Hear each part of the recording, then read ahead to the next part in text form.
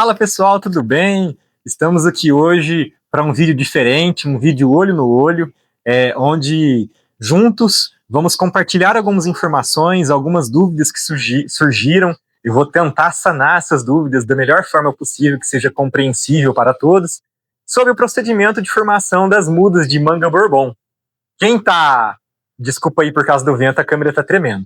Quem está acompanhando esse processo, faz menos de 2 semanas que a gente começou a formar essas mudas, lá desde do caroço. A gente fez a extração da semente do caroço, fez a germinação dessas sementes em apenas 10 dias e fez o transplante dessas sementes recém-nascidas para o saquinho há apenas 5 dias atrás.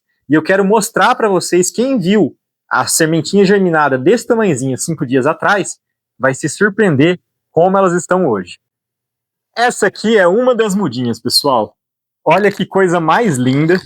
Olha o tamanho que tá essa muda já. Ela tá dando quase 20 centímetros em apenas 5 dias de transplante do nosso recipiente de germinação para o saquinho definitivo de formação da muda. Então, o que eu queria mostrar para vocês é, plantando do jeito convencional, a manga que eu acabei de chupar, vou jogar ela lá no meio do mato, vai dar certo? Vai dar certo.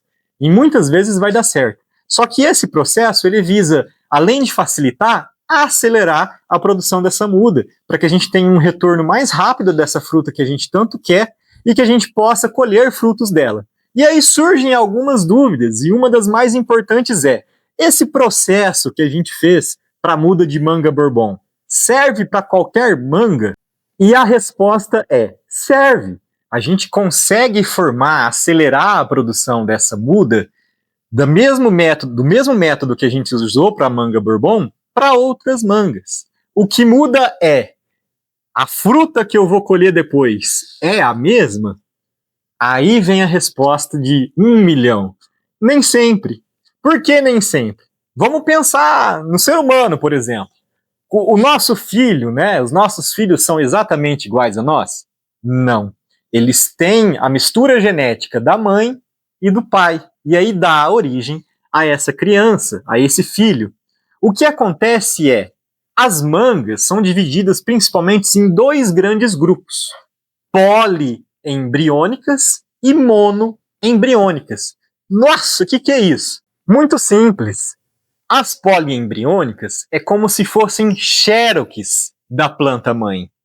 Da mesma semente nascem várias mudinhas, o que é o caso da manga bourbon.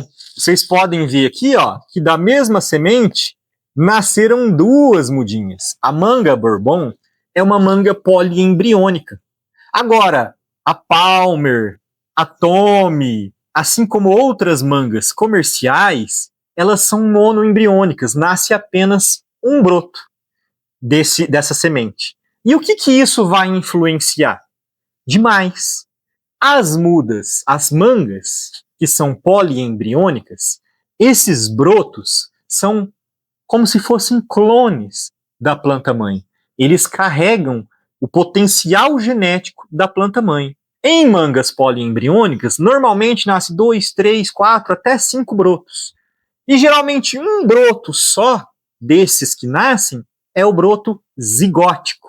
O broto que é a mistura da mãe com o pai. Esse broto, que é a mistura da mãe com o pai, que vai perder características. Às vezes eu chupo aquela manga docinha, maravilhosa, e quando eu vou comer dessa muda que eu formei daqui muitos anos a fruta, vai dar uma manga pequena, sem doce, com fiapo. Aí você fala, ué, fiz errado, me ensinaram errado, usei a semente errado. Não, não é isso. É que mangas monoembrióticas, ou mangas que você pega o broto formado pela mistura da mãe com o pai, vai ter a variabilidade genética. Ou seja, não vai nascer nem igual à mãe, nem igual ao pai, e sim uma mistura. Então, como que eu faço? Na manga bourbon, que é uma poliembriônica, como eu sei qual é esse broto que eu tenho que tirar fora? Na verdade, aqui lá para frente, eu vou escolher um broto só. Se tivesse 3, 4, 5, vou pegar outra aqui, ó. Essa daqui, na mesma, nasceram 4 brotos. 1, 2, 3 bem grandes e um miudinho aqui embaixo. Guarda isso. Como que eu sei qual broto que eu deixo? Eu vou escolher o melhor. E como que eu garanto, não 100%, mas quase lá, que eu consegui eliminar o broto zigótico, o broto que é a mistura da mãe e do pai, que vai perder as características? É esse brotinho atrasado.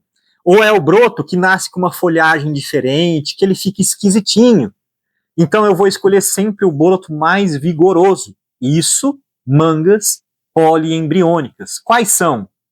Bourbon, coquinho, essas mangas comuns são mangas poliembriônicas. Gabriel, mas eu não fiz o raleio, não prestei atenção, deixei crescer 4 brotos.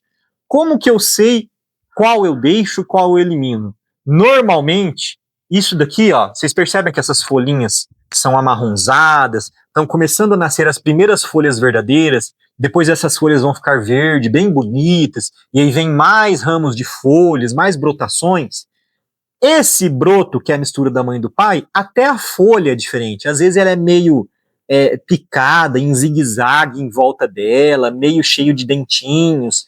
Então você vai perceber visualmente que é um broto diferente. E aí eu escolho o mais bonito para eu manter e formar a minha muda. E aí, qual é a vantagem dessas mangas poliembriônicas e como que eu driblo a questão da monoembriônica? Vou falar assim, ó. Segunda dúvida que surgiu. Gabriel, mas eu queria ter uma muda de uma manga Tommy, Palmer, com as mesmas qualidades. Como que eu faço? É possível? É possível. Em viveiros comerciais, esse processo é muito comum. E tem como você fazer também. É claro que a gente não vai ensinar assim para você fazer em larga escala. Eu recomendo comprar, se você fazer produção, né? Eu vou fazer um pomar para venda. Eu recomendo comprar mudas certificadas. Agora eu quero fazer uma muda minha, para mim, né? Como que eu faço para eu ter certeza que a qualidade vai ser a mesma da manga que eu comi? Aí a gente usa um método chamado de cavalo e cavaleiro, ou porta-enxerto e enxerto. O processo que a gente chama de enxertia. Como que eu trabalho com a enxertia e o que é a enxertia? A enxertia é um procedimento onde a raiz da planta é de uma planta e a parte de cima, aonde vai dar os frutos, é da que eu quero. E isso serve para quê? Isso é muito comum em mudas cítricas. Laranja, por exemplo. As laranjas comerciais, elas são muito suscetíveis, muito fracas a problemas de raiz e a doenças. Então é muito comum que a raiz da laranja seja um pé de limão, por exemplo. Inclusive, no sítio da minha avó, minha finada avó, a gente tinha um pé de limão que no mesmo pé dava 4 tipos de limão diferentes. Nossa, incrível, né? E eu posso ensinar a vocês. Comenta aí embaixo quem quer aprender a fazer a estaquia que eu ensino. E como funciona esse procedimento na manga? Eu produzo uma mudinha, que é o que eu estou fazendo, de bourbon, coquinho ou alguma outra manga comum poliembriônica, que vai ser uma manga de raiz forte. Ela aguenta doenças, ela aguenta períodos de seca, ela tem uma estrutura boa para não ter tombamento de planta, ela é resistente. E aí eu faço outra mudinha da manga que eu quero. A hora que as duas estiverem na espessura mais ou menos de um lápis, a gente vai medir aqui, ó, no pezinho dela a espessura de mais ou menos um lápis, que com esse processo mais acelerado a gente vai conseguir daqui 2, 3 meses, eu venho e faço o enxerto. E como que o enxerto funciona?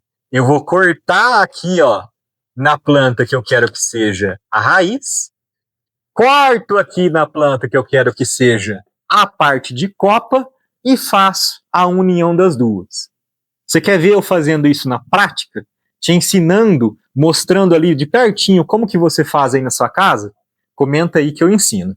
E aí eu consigo driblar essa questão genética e ter uma muda da manga que eu quero, com as mesmas qualidades de sabor, sem fiapo, tamanho, resistente a bicho e com uma raiz forte.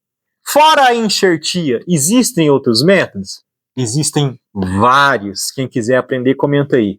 Eu tenho enxertia, eu tenho borbulia, eu tenho mergulia, eu tenho estaquia. Existem vários métodos de propagação, a gente chama de propagação de plantas. E eu posso ensinar cada um deles para você. Pessoal, já estamos quase finalizando esse vídeo, esse bate-bola aqui entre nós, e tem apenas mais duas pequenas dúvidas. Me perguntaram, Gabriel, eu não tenho o saquinho de muda e não sei o que eu ponho aqui dentro, do que é composto essa terra que você está usando aí no saquinho. É um conteúdo extenso para eu estar explicando aqui nesse vídeo rápido. Então, vou fazer um vídeo dedicado, quem quiser fala aí se quer que eu faça esse vídeo, ensinando como que eu faço o saquinho e o que eu coloco aqui dentro de substrato. Mas já adiantando algumas coisinhas para vocês. É importante que tenha boa drenagem, então eu misturo areia ou pedrisco aqui para que isso aqui não vire um barro, não vire um tijolo. Eu tenho que regar e essa água tem que escorrer.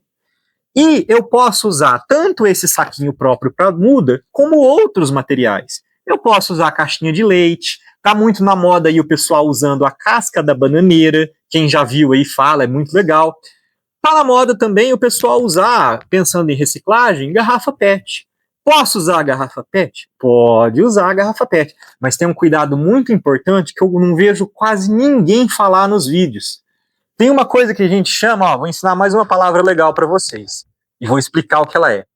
Fototropismo. O que é o fototropismo? É igual ao magnetismo, a atração.